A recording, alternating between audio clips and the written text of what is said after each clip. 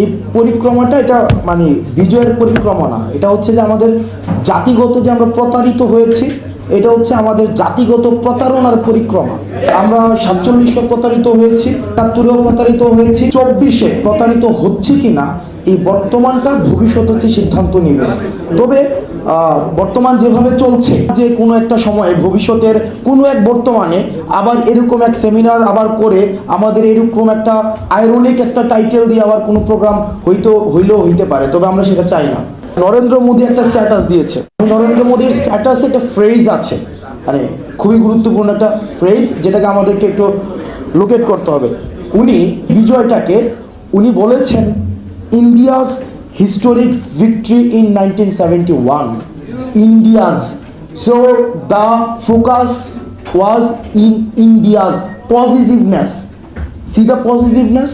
India's victory.